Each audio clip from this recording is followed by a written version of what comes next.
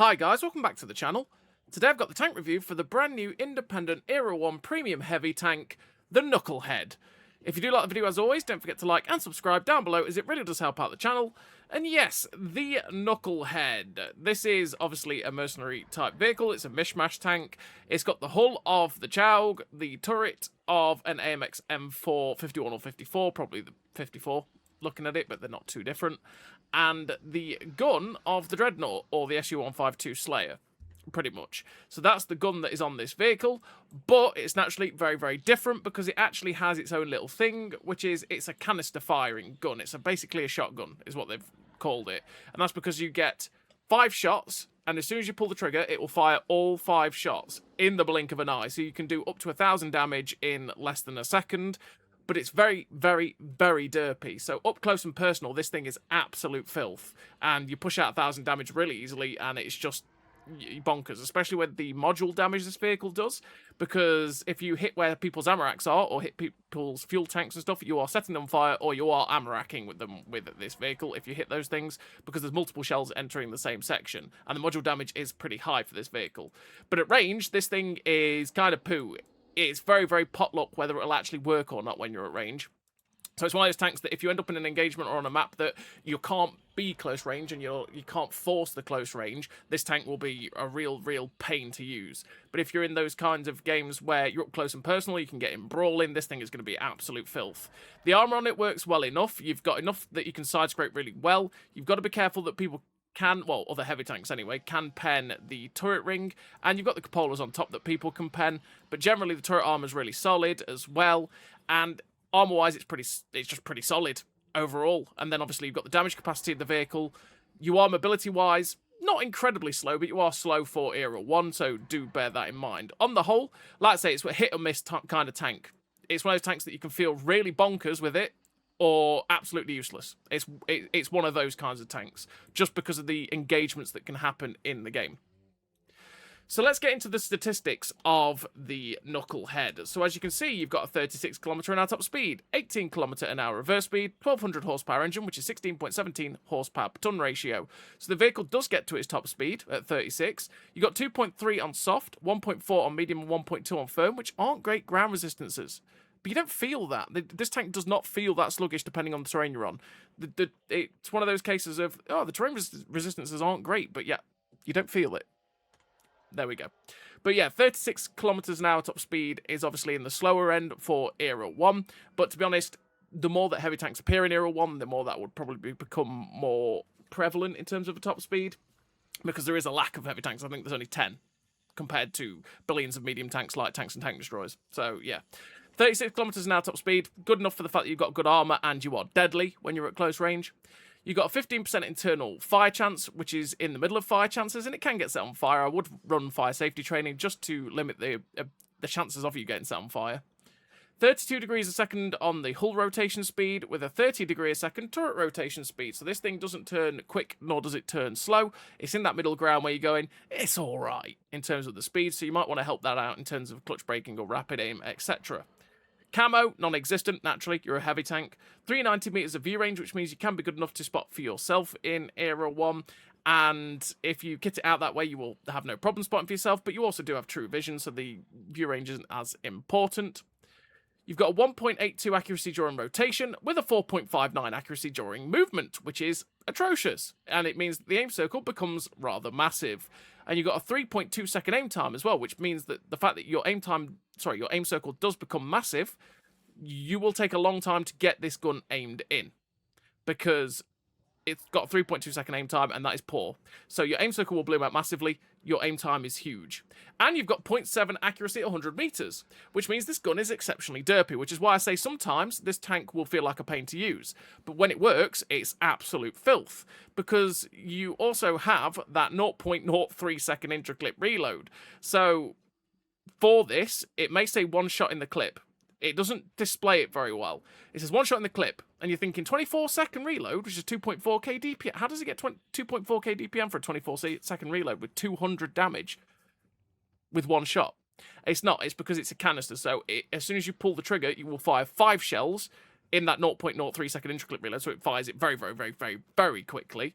And then all 5 shells are separate shells that have to pen to do damage. So a lot of the time, especially if you're at range, you'll find that maybe 2 out of 5 will hit, which means your DPM, your 24-second reload, will be dreadful. But at close range, 4 to 5 will go in, especially if you get up close and personal with people's sides or rears and stuff, and you will do significant damage with this tank, because naturally you're doing up to 1,000 damage in a burst. And if you load the HE rounds, which I don't, because I don't really see the point, it does get the option of the loaded shell exchanger, but not sure whether that's a bug or not, so I decided not to include it in this review, because this kind of canister or burst fire type of tank generally doesn't get that, so we'll see what happens. But yeah, the HE has 90mm of pen, 250 alpha damage, which you can see here, but I just don't get a chance to load it 24 seconds. I just don't see the point, unless it's only really about 4005s or light tanks you're truly going to use that against. But yeah, you are very, very derpy. Like I say, you do have that 5-shot clip, essentially, even though it only says 1, but you'll pull the trigger and you'll fire 5 for nearly 1,000 damage with a 24-second reload, which is 2,488 DPM. So naturally, all of those shells have to hit to achieve that DPM. So the DPM is meh, but to be honest, for a 1,000 damage hit, if it works, is just fine, to be fair. You've got 300mm of penetration on the standard AP, which means that you'll have no real trouble penning most vehicles when you hit them in the spot that you need to, whether that's in the side, rear, or depending on the tank, in the front. IS-4s are really the only thing that this thing truly struggles with. But 300 pen is enough to go through and butcher most things. You do only have AP and HE as well. You've got 6 degrees of gun depression, which means this vehicle is very limited on a ridgeline. It is a tall tank, so 6 degrees of gun depression is quite poor for the vehicle. So do be careful about how you use this thing on a ridgeline, as you will have to overexpose the tank to get the gun down on target.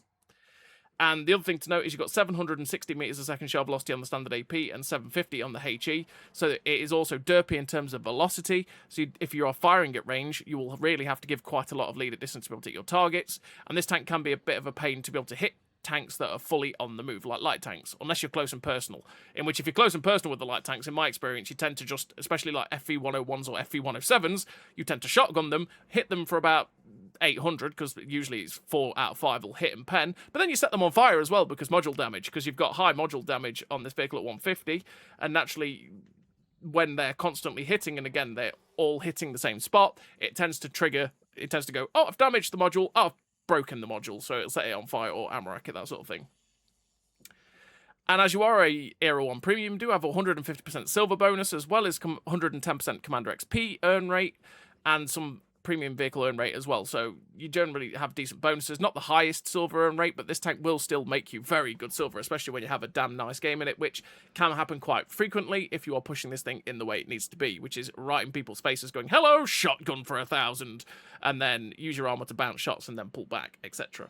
That's the way this tank works. And in terms of the modules, that's where the engine blocks are for this tank, which is why I say fire safety training is something that could be a definite potential, because if you get shot through the track there, it will likely set you on fire, same as getting shot in the rear end here. So fire safety training is something you could definitely think of. That's where the ammo racks are for the tank, so if you get alongside this thing, especially if you're playing another Knucklehead against a Knucklehead, aim for this section here. Try and aim for this back track section, and just aim in the middle, because that's where you're likely to blow the head off this thing. And that's where the crew sits in the Knucklehead. And in terms of the armor, like I say, I mean, you've got to look at this and go, it's all green and slightly yellow. That means it's poo armor, right? Remember, this is for Cold War, so it's thinking that Era 3 levels. It's thinking 300mm of armor. Era 3, that's terrible, even though it's an Era 1, because it doesn't scale per era, which is weird, but there we go. So you do have 300mm of armor on the front of the turret. You've got 270 on the turret ring. And then your lower plate is 150. So generally, like I say, the way to pen this thing is to go for this lower plate. If you've got premium in quite a few of the vehicles and you've got about 300 pen, you want to be shooting for this turret ring here. So if it's side scraping, you can just pen it in this turret ring. And then you've got the cupola on top, which people can pen. Generally, the front of the turret is very, very strong for this vehicle, so that's where you're likely to bounce quite a lot of shots when you're using the gun depression, if you find a place where naturally you can cover the hull. But that's how you take out this vehicle. And like I say, this thing can side scrape because it's got a lot of side armor, as you see with the spaced armor, as well as the chainsaws apparently are modelled. And the side armor itself, if we find it, is 80mm thick. So and 120 on that bit there. So generally, if you're side scraping and managing to avoid the turret ring, this thing can bounce a lot of shots while side scraping as well, which can be an asset for this vehicle, because you can bounce the shots while you're side scraping and then just shotgun someone for that 1,000 damage nearly. So what do I run in terms of a crew and equipment for this vehicle? That's the Spaceman. I don't have the crew in the Spaceman, I have it in the Throngver. So let's put the crew into the Knucklehead, and as you can see, I run Born Leader, Snapshot, Run and Gun, Expert Gunner, Dynamic Driving, Armour Angling, Track Mechanic, Fire Safety Training, and Rapid Aim. Rapid Aim to make the turret traverse better, because the turret traverse is that little bit slower than the tracks, so I just want to help it out as much as possible. Fire Safety Training, again, because this thing is quite likely to set on fire, so I just make it so I'm less likely to get set on fire, as well as putting it out faster. Track Mechanic, because we're a brawling heavy tank, so getting the tracks back on faster. If I've already burnt the repair kit, is pretty handy. Armour Angling to reduce the amount of damage coming to the tank by 5%, as we're a brawling heavy tank. It's quite useful to have. Dynamic Driving, because the amount of people that love to ram you is insane. So just reducing the amount of damage I take as well, increasing the damage is also handy. And you're a very heavy tank, so naturally you can ram for quite a bit as well. So just increasing how much damage you're doing is quite nice. I don't run the Spore Liner, but it's definitely an option just for that ramming, but I don't do it as often. I just have it as sort of the potential that I might do it.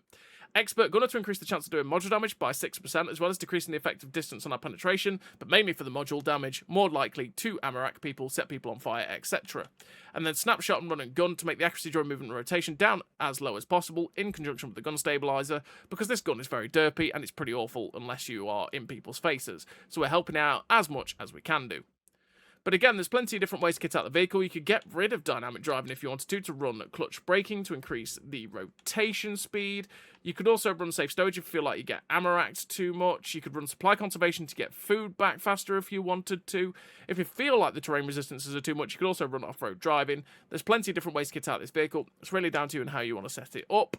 And then let's go have a look at the equipment for the Knucklehead. So naturally we're running food, then we're running the gun rammer, the gun stabilizer, vents, and the gun lane drive. Like I say, loaded shell exchanger is an option, but I'm not 100% sure that that's meant to be a thing, because again, other burst fire vehicles that have this, like the Fraternite, for example, do not get the loaded shell exchanger.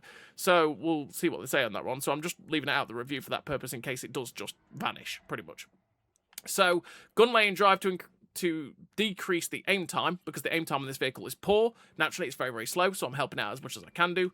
Gun stabilizer to get the best out of the accuracy during movement and rotation. So again, because that aim circle blooms out massively, we're trying to hem it in as much as possible so we're ready to just shoot as quick as we can do.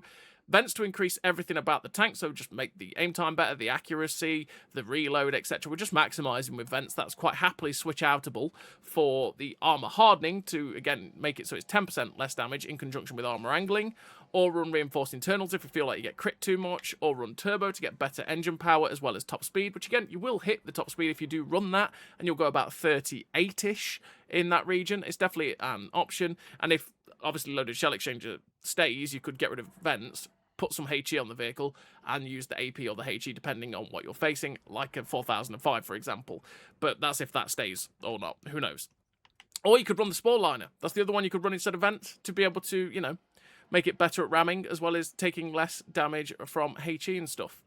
And increasing your crew survivability. And if you ran that and then swapped out dynamic driving for pain tolerance, you could probably think about changing out the med kit for a patch kit. It's definitely an option. And then we're running gun rammer, naturally, because we want to make the reload as good as humanly possible on the Knucklehead. So yeah, that's what I run in terms of a crew and equipment. It's really down to you and how you want to set it up. Again, that's always the basis for you to go set up with, and then when you want to tinker with it, that's up to you. But that's what I run, as that's how I like to be able to play the vehicle. So let's get into the statistics of the Knucklehead. As you can see, we've not really helped the top speed. We've got a 9.31% internal fire chance now, so it is that little bit lower. The ground resistance has got a little bit better as well because of the crew. The hull rotation is the same, but our turret rotation has now gone up to 35.61, so it does turn a lot faster, which is nice. 415 meters of view range, because we've not really helped it out too much. We have put vents on, which has helped it, but we've not run situational awareness or optics. But so it is a little bit limited in terms of the view range, but generally, like I say, the true vision is the thing. You've got 1.48 accuracy during rotation with a 3.09 accuracy during movement. So the aim circle will still bloom out a lot, but it is a lot better. And I mean a lot better than it was without the gun stabilizer or snapshot on run and gun. Your aim time as well, you've gone from 3.2 to 2.71, so you've knocked off a lot on that aim time, which is great, because the aim time is dreadful, and even with 2.71, you still feel it, but imagine if you hadn't helped it, the aim time would be a lot worse. And you've got 0.66 accuracy at 100 meters, so you've dropped 0.04 on that accuracy, so it's still exceptionally derpy, but you've helped it out a little bit. And a 20.85 second reload, which is 2.8k DPM, which is, again, for a 1,000 damage burst, if it works, is pretty filthy. But again, it's if it works, and it is a big if, because again, when you're at close range, 80% of the time it works, and most of the time you'll hit 4 to 5 out of the shots, and you'll pen 4 to 5 out of the shots, because that's the way it goes. You'll hit to 800 to 1,000 damage. But when you're at range, it's more likely that you'll hit 1 or 2, especially if you've got to hit a weak spot. This thing doesn't do that, generally. So you do have to bear that in mind, because it is very much a shotgun, as they've described it. But yeah, that's the crew and equipment. That's the statistics when it's fully kitted out. That's the Knucklehead. Like I say, it's one of those vehicles that is hit and miss. It's absolutely filthy if it works, and a bit of a pain to use if it doesn't. So what I'm going to do now is send you into the replays where you can watch this tank in action, see how it handles, and just see if it's a bit of you or not. So as always, everybody, I will see you in the replays. So here we are in the replays with the Knucklehead. In this first game, we are on FFDP. And this first game is going to be the more average game when you try and stay at range with the Knucklehead, and you'll just see how it goes. Like I say, it's one of those where this vehicle, because of the way that it fires with that 5-shot canister, it's hit and miss. It's one of those where you'll fire one at 500, 600, 700 meters and you'll see all 5 shells fly in a straight line and they'll all hit the target and you go, oh, that was dirty. And then you'll have one shot, the next one, or the very next shot you take, where you watch one shell go to the far left, one shell go to the far right, one go down, one go in the middle, and the other one go slightly up. And you sit there going, oh, there's the 0.66 accuracy that this thing gets. Yeah, because it's pure RNG. So, on FFDP, what I'm going to do is go to this position up here by the rock. You can see with the mobility of the Knucklehead is that little bit slower than your conventional Era 1 tank. But again, it's a heavy tank. Heavy tanks generally are slow.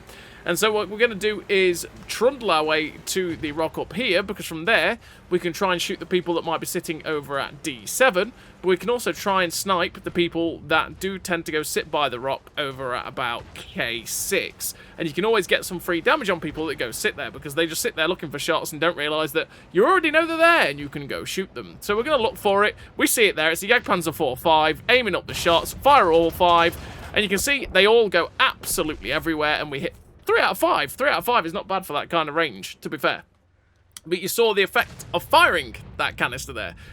We did about nearly 600 damage for that 20-second reload, which is not very good, realistically. But again, that's this tank at range. It's not good at range, but when you're at close and personal, you'd have done nearly 1,000 damage there. Jagdpanzer 4.5, no problem whatsoever. So we're just keeping an eye on that 4005, because we know there's a Jagdpanzer 4.5 over there, but we also know there's a 4005 over there. So before I go and push for anything else, I just want to make sure that 4005 is not going to be poking out and going, hey friend, I'm here to shoot you, and I want to give you 183 millimeters of pain. And we really don't want that. So we didn't see it poke out, so I thought, oh well, let's go after these guys. We fire at the Charioteer, and yet again, at that distance, we hit 3 out of 5, because 2 went into the ridgeline, the other 3 hit them. The 4005 has driven out, but he's got a Catman problem, so we're just going to wait for the reload before we go after that 4005. And again, at this range, we'll be looking to hit all of those shots, but the 4005 kills the Catman, waiting nearly there for the reload, fire away, and you can see again, all shots end up going pretty much where we want them to, and we hit 4 out of 5. If we'd hit all 5 there, that would have been beautiful. We'd have got rid of the 183 millimeters of pain, but we left him on a 1-shot for our team, and he's probably not going to think about poking out in the end, realistically. He's not going to go, hey, it's time for me to poke out. So, we're now reloaded yet again, just looking for somewhere else to shoot. I'm not too fussed about that 4005. The 430 ends up pulling back, and just as we'd pulled the trigger, so naturally the shells go absolutely nowhere near that target. We're up to nearly 2,000 damage. We see the Spaceman in the distance, but I'm probably not going to be able to shoot that Spaceman. Char 25T drives out, and you know what? He just sits there sideways on, so go on then. I managed to hit all 5. If you've fully aimed and someone sits there sideways on, broadside onto you, the likelihood is you're probably going to hit all 5 shots, and it is Era 1. It is full of new players, so that Char 25T probably has not played many games in this and just looked at a tank and went, oh, I maybe can shoot it, without realising that that tank has absolutely no armour, and so we took over 1,000 hit points off him in the blink of an eye. So we are on 3,004 damage. There's 6 tanks left alive on the enemy team, so we just need to get towards the cap, because there's 3 people in the cap, there's 6 tanks left, so half the enemy team is in the cap circle. And again, we don't want them to cap if we can help it. The Jagdpanzer 4.5 looks like he's going to drive all the way out, which he does. As long as we don't hit the 4,005, we'll be alright. And we end up hitting 2 out of the 5 shots there into that Jagdpanzer 4.5 to finish them off for our first kill of this game, up to that 3,400 and something damage there with 425 assistance. 2 tanks directly in front of us, 3 people still in the cap, so we know where all of the rest of their team is. We don't have to worry about being shot in the side. I think, okay, you know what, we've got people over there that can shoot the cap. Let's just try and get this spaceman some free damage. The spaceman is rocket boosting away, but we're not going to get any shots into that. He's got away too quickly into the rest of my team, realistically, so I just ignore the spaceman. There's no point going after that guy. Let's go focus on the cap instead. So we see the T95E3, we see the T44A. Fire it up. We only need one of those 5 shots to actually hit the T44A. Thankfully, we pick up our second kill of this game. The M48A5 pattern pokes out and ends up doing track damage only on the Knucklehead there. And we're just going to sit and wait. There's no point getting closer to this M48 pattern. We may as well just sit, wait for him to poke all the way out, and then we can try and finish him off. But unfortunately for me, he ends up not poking out, which means we can't get any more shots into him, and the STA3 ends up finishing him off. But we finished the game there with the 3.5k damage, the 452 assistance, the victory there. Very, very average game for the Knucklehead. Again, showing you what it's like when you're playing this thing at range. You see where all the shells go. They seem to go just wherever they want generally. Sometimes all of them will go exactly where you want them to. Other times the shells sort of go absolutely everywhere and you're not going to hit those shells. Again, like I say, on average, you generally hit in 1 to 2 of those shells at that sort of range, unless someone sits perfectly still and you're fully aimed and they're very lightly armoured. Because that's the thing, if they're lightly armoured, that's where the shells are more likely to go in, like the Jagdpanzer 4.5 or 4005, that sort of thing, or any of the light tanks, etc. But trying to go through, say if that was an IS-4M where that Jagdpanzer 4.5 was, the likelihood it might only have gone through with 1 or 2. So we're on to the second game, and this second game we are on Safe Haven, and on Safe Haven we're in a map which will make it easier for us to be a bit more brawly, and that's what we want to be doing. So we see the M103A1, decide to fire all of those shots on the move, and we only hit 1 out of the 5 as the others sort of bounce and we get 190 damage. We do have other friends with us though, which means that M103 is a little bit distracted, and with him pulling back and seemingly he's the only one on that space. So, you know what? We're going to take advantage of this. We're going to get up close and personal again. Try and shotgun this M103A1. So we can drive up, aim for that lower plate. He pens us through the lower plate. We end up firing all of the shells, pen 3, and track him. But the thing is, we've actually tracked him in front of the rest of our team, and that basically means this M103A1 is screwed. We're going to get all of the assistance damage on this M103A1. He is perma-tracked. And that poor dude just, yeah, that was game over for him with that. We may not have penned them all, but we did manage to basically finish him off. So we can't see the shots into the IS-4M, who is hulled down. We see the Schwertval there. Should have realistically gone for the rear of the turret, because that's where the ammo rack is in the Schwertval. Although we did damage them right there, but only 1 shell actually hit where the ammo rack is. I was thinking about pulling all the way back, but we just can't because there's so much going off behind us. So I decided, oh yeah, okay, you know what? I might pull all the way through. I'm going to see where that Schwertval's gone, because he did look like he was turning this way. I can't see the Schwertval, so I think maybe the Schwertval turned off and he's gone somewhere else. The IS-4M misses, and I think, okay, let's try and get around the side here so we can go after this IS-4M. No idea where that Schwertval's gone. Trying to see if he died or not, but there he is on the screen, and I'm sitting there going, ah, yeah, that's awkward. I thought you hadn't come in. So we go for the shots into the Schwertval, but even at that range there, out of 5, we only penned 1. Only 1 shell went where we wanted it to, because we didn't fully aim it, we just sort of snapped it in. And again, that's the shotgun nature of this tank. Sometimes it just says, nah, no, I'm not sure about this. But when you close up like this and you fully aim it, you can fire it again. 3 out of 5 go in, and that's because he ended up angling well enough for the final 2 shells to ricochet. We're up to 2,073 damage with the 1,064 assistance. Just keeping my eye on the IS-4 in case he decides to come in and try and shoot us in the side. 3 seconds off reloading here for the Schwertval. Going to side scrape off of the dead wreck. But as we see the IS-3, but I think the Schwertval is actually more of a threat. And again, even at close range there, we only hit 2 out of 5 on his lower plate. So we only did just over 400 damage on that Schwertval for that 20-second reload. And that's what I mean. Again, it's what I mean by this tank. It is very hit and miss. Sometimes it feels absolutely godly because you sit there firing and you hit perfect 1,000 damage salvos essentially off the rip all the time. And then sometimes it just doesn't want to decide to work. And we've hit 3 out of 5 there on the IS-3M. The IS-4M is actually driven around into a position where he can shoot me in the side, which makes this very, very awkward now. And at this point, I'm thinking maybe I should think about running away. But you know what? No, let's see if we can side scrape off of this shipping containers and try and get the IS-4M or get this STB-1. Because still, we're in a position where we may be in a bit of a crossfire, but we're in a good position to be able to get shots out and get damage in. So we fire all 5 there into the STB-1, again, because he drove sideways out straight in front of us, which let us get easy shots in, putting us up to nearly 4,000 damage with 1,064 assistance. Again, still side scraping off of this shipping container, hoping the IS-4M will take the shot on ricochet, and then we can try and shotgun him, just making it as hard as possible. But sadly for me, he does end up hitting the cupola. We go for the shot into the IS-4M as he's pulling back, and only one of the 5 pens yet again. Still up to that 4,100 damage, and again, I'm just keeping my eye on the STB-1. I was thinking about getting away, but I can't fit. I can't fit through the gap, which means I'm kind of stuck because I can't even push the Schwertval's dead wreck out the way, which is making this very, very awkward. So yet again, we're going to try and use the armor. He ricochets off of our side. We've got the lower plate of this IS-4M. We go for it. Pen 3 out of 5 into that guy. Still on the reload. Kind of ping help to go, help me! I think I'm going to die here. We're just going to be careful of that IS-4M and the STB, but we bounce the IS-4M there. We can kill this guy in 3 to 4 shots if we get fortunate enough. So we're nearly loaded, aiming up for that lower plate, fire them all out, and yet again, we pen 3 out of 5. Not quite enough to kill him, but thankfully the T95E3 does end up finishing off the Shah 25T there.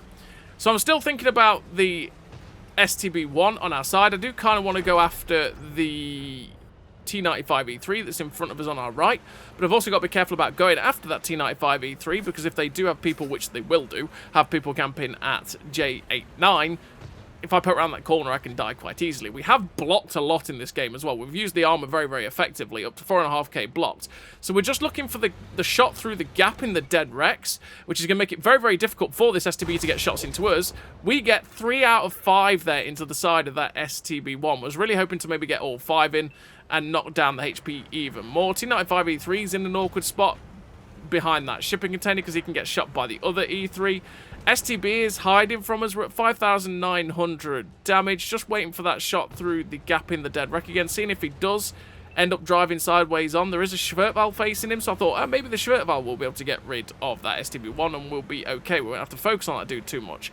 But there's only 4 tanks left alive, and 2 of them are next to me. I'm here in this position where I can't get through, so this is my only route left. So I think, okay, screw the STB-1, let's get the E3. So we poke round, RBRT the E3 with the shotgun, finish him off, 4 out of the 5 going in, and at this point I go, that's a 4,005. That's a 4,005. That's definitely hurts, and we took 183mm of pain, and we unfortunately ended up losing that game there. And we finished the game with the 6,670 damage, the 1,121 assistance damage, 4.5k blocked with the high caliber and the 3rd class. Again, showing how you can use the armor of the Knucklehead quite effectively to get those shotguns out. You just need a little bit of help every now and then, and not to put yourself in a bad position where you can't get out of it like we did there. So we're on to the 3rd replay. In this 3rd replay, we are now on Kaunas. And on Kaunas, I was thinking about going to the position at D56, where I could, again, try and show the tank off when it's a bit further at range. But then I thought, no, I'm on Kaunas. This is the perfect opportunity to go get into the town. Because, again, a town brawl is kind of what the Knucklehead is made for. It's made for that opportunity to play peekaboo, pretty much. You want to get into the town, get on a corner, go, oh, hey, friend, deliver 1,000 damage in 5 if they hit, and then get yourself safe again. And just wait for them to kind of forget about you while you reload, and then do it all over again, and you can hit them pretty hard yet again. It's the perfect place for the Knucklehead, and it's where you can end up racking up some damage. So we see the two light tanks that have been YOLOing about. The RU-251, I'm not quite sure what his plan was, because the RU-251 gets shut down. Their RU-251 gets shut down because he did YOLO straight into their team. I'm not sure what light tanks do in Era 1. They do generally just YOLO at full speed going, all I can do is press forwards, and they'll YOLO straight into the whole team and die. And he's there going, really? FV101s or 107s are really bad for that, but they are so tiny that people actually struggle to hit them, which is probably why they do it. So we do get our first salvo of this game off, slither of the back of the T95E3, and we hit 3 out of 5.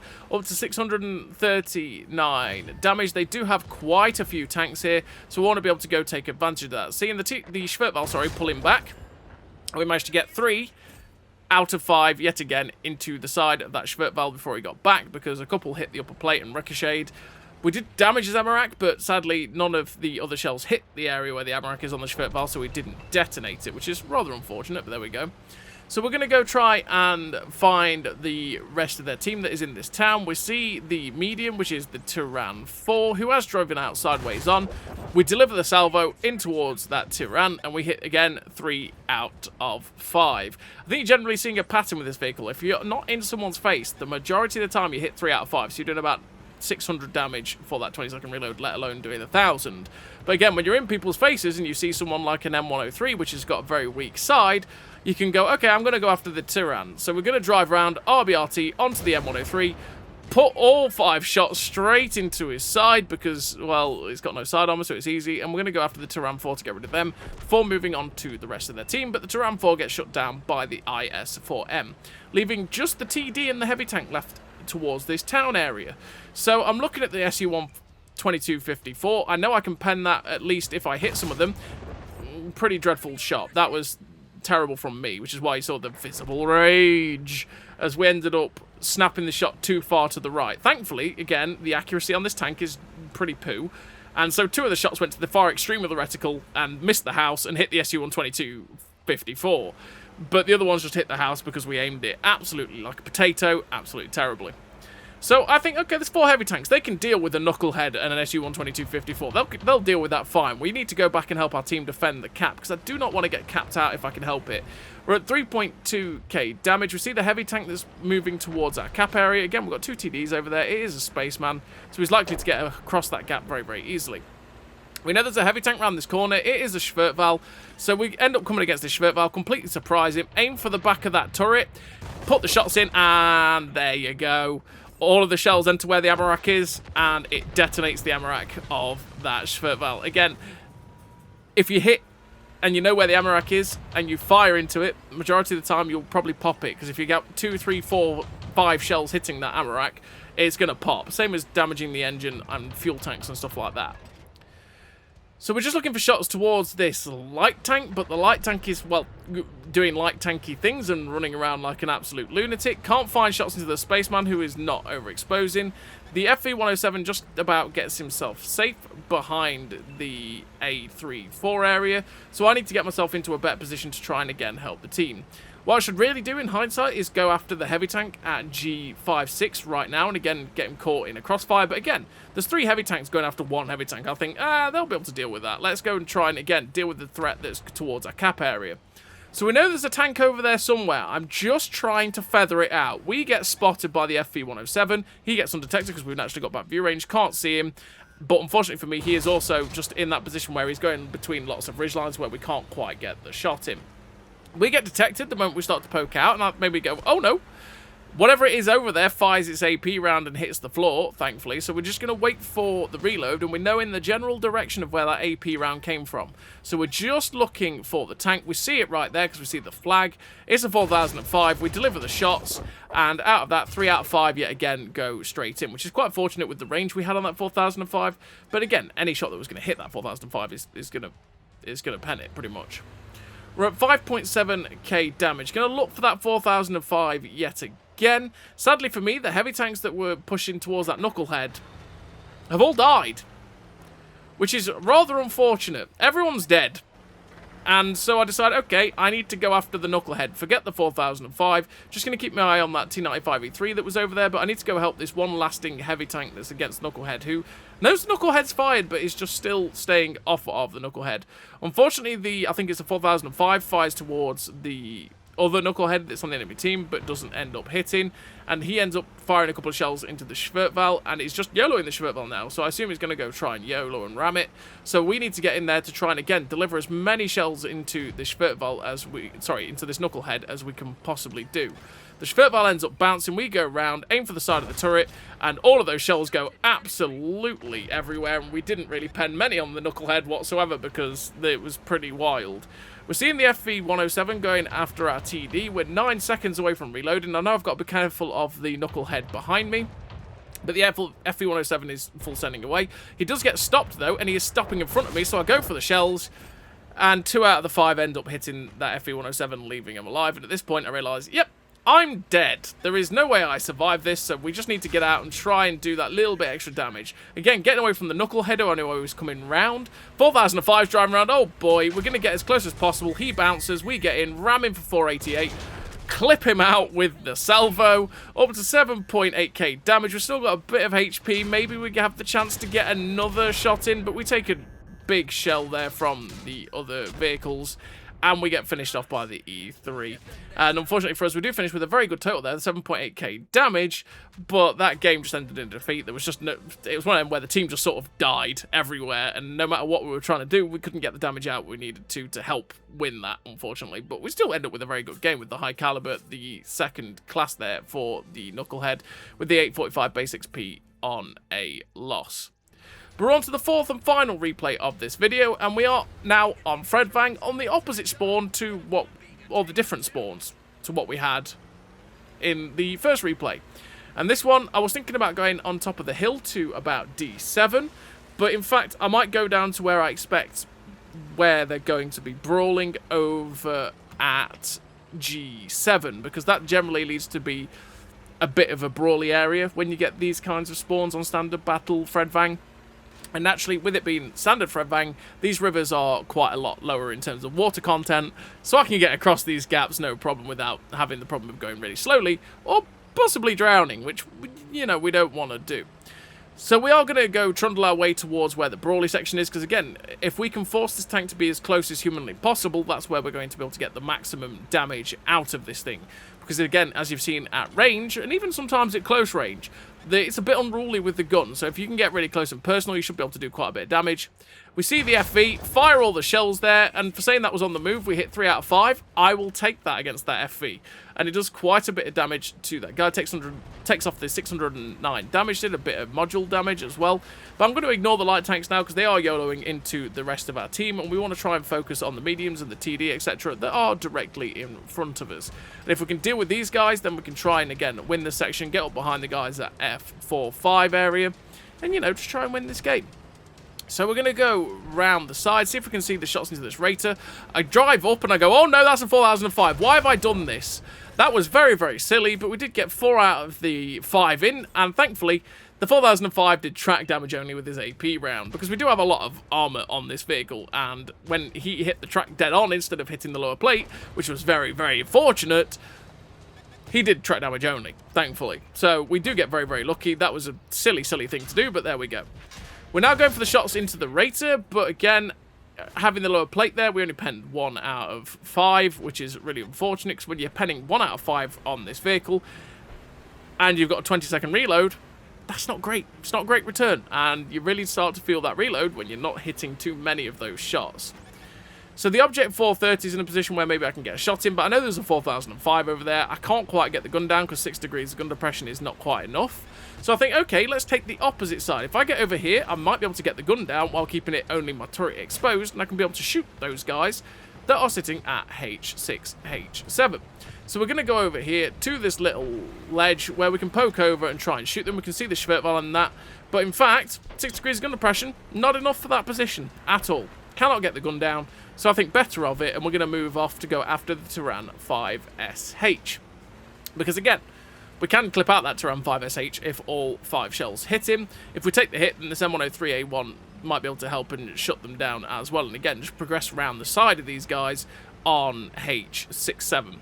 So we're going to drive around, balls to the walls. I'm not bothered. I can take a hit from this Turan, no problem whatsoever. Drive around, put the shots in, and unfortunately we hit 3 out of 5, but we do put the Turan down to a 1-shot. It was kind of snapshotty, realistically, because we did just try and rush the shot to be able to finish him off, but it didn't work. The Turan does end up driving out straight in front of the M103A1, though, and gets himself finished off for up to 2.2k damage. We know there's a medium tank through here, so we're just looking for the shots, see the Shah, fire the shots in, hit 4 out of 5, and finish off the Shah 4TT for our first kill of the game, up to 2.9k damage, 511 assistance damage. 10 seconds left on the reload, so we're going to drive around to try and shoot this object 430 in the side if we can. We should be able to finish it off with 3 shots, so we're aiming it up, fire all the shells in. Probably fortunate we killed the 430 there, because 2 of the shells hit the floor for no random reason at all, but thankfully 3 did end up hitting him in the end, and it picked up our second kill of the game.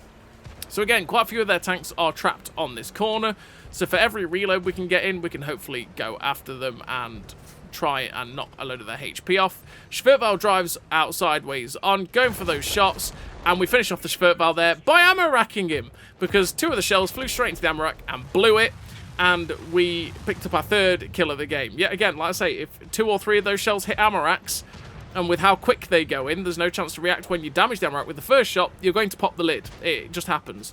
So we've got 2 seconds left at point blank. I'm going for it. Go for that side armor. Again, go for the area where the ammo rack was on the Schwertval, but we didn't actually ammo rack him. We just blew the tracks off, but penned all 5 shots. And we're up to 5.4k damage. 430U is running away, so I'm just going to ignore the 430U, because the rest of my team can go deal with that. Again, our cap is dangerously open, and a lot of their team are up on the other side. So we need to get over there, try and get the shots in, and try and finish them off, and just try and stop them capping if we can. But this is where we're a bit slow to be able to trundle forward to get there. But to be honest, it doesn't really matter, because they're not too far away. So we see the T95E3. He is hulled down. I can't get the gun down for the other E3, who's got himself behind the rocks. So with him pulling back to a position where he's hulled down, we can only see the cupola. We go for the cupola. All 5 shells go wherever they want. 1 ricochets off the cupola, but yeah, they basically no chance of ever really hitting that. And that's the type of shot I'm on about with the Knucklehead, where you're not going to hit that. There is no way. You're very, very lucky if you hit any of those shots on a very slim target, like the T95E3's cupola. So the E3's pulled round, we aim the shot up a little bit, fire it in, we've hit 2 out of the 5 there, and you can tell how many you fire generally, because you can just watch how many of the damage ribbons fly up in the air. And we only hit 2 out of the 5, which means we did about 400 damage to that T95E3. But again, it was a slim shot on his upper plate, lower plate, and he was pulling back at the time, so it was very unlikely. There is the Reiter at the back of the map, which we've got to be careful of. So what I'm going to do is go after this E3, shotgun him, finish him off, and then we can move as close as possible to this other E3 to go get rid of him. So you can see with the reload, we're nearly, we're 10 seconds off. It doesn't, even though it is a long reload, it doesn't feel it when you're dishing out that high damage. If you manage to do that damage, you don't feel the reload as badly. So the E3's pulling back. He's put his patch kit on. We aim for the drive wheel there of the E3, because I was hoping to maybe blow the track off or ammo rack them, etc. Thankfully, he does track damage only. But yeah, he was using the patch kit, putting more HP on them, sitting there going, yes, do that, Mr. E3. Feed me more damage, sir. So the medium tank behind me can't get shots at him. He's too low for the other tanks that are over at E6, so I know I've got this guy. We aim up the shots, slam it into his upper plate, and finish him off for our 5th kill of this game. The Reiter in front of us is looking for the shell, so we're just going to angle, wiggle, wiggle, wiggle, in the hope that he doesn't hit that lower plate, which is quite fat, so it's not hard for him to be able to hit. And he does hit the lower plate and damages the engine. But because of making him hesitate for long enough, it means we're going to get the reload in time to be able to finish off this Reiter. And I'm looking at this guy going, this will be my 6th kill of the game. Let's go for that Top Gun. I have wondered that the SHA-25T might come round my right-hand side. We see the SHA-25T, but again, I'm just focused on getting the kill here. Should probably look at the SHA-25T in hindsight. But we managed to finish off the Reiter there for our Top Gun. SHA-25T comes in, finishes us off. But did I care? No, because he's the last tank alive, and I got my Top Gun. He's going to try and run away, but thankfully, my team are going to finish him off. But we finished with the 6 kills, the 8,100 damage, 851 assistance damage. A fantastic game there for the Knucklehead. Again, just showing off how deadly it can be when you force those close range engagements. for the Knucklehead. It's one of those tanks that is feast or famine. It's absolutely filthy, or it's a royal pain to use. But even if you're at those long distances, it still can work. It's just pure RNG whether you're going to hit all of those shots. As we finished with that first class Top Gun, the high caliber there for the Knucklehead with the 1819 base XP. Really great game there for the vehicle. But yeah, it's one of those tanks. It is purely feast on famine. It's one of the new collaboration tanks for Five Finger Death Punch. And like I say, it's one of those tanks that's pure feast or famine. Some games are going to be amazing. Some games you're going to struggle because the RNG says no. So as always, everybody, thank you very much for watching. I'll see you next time.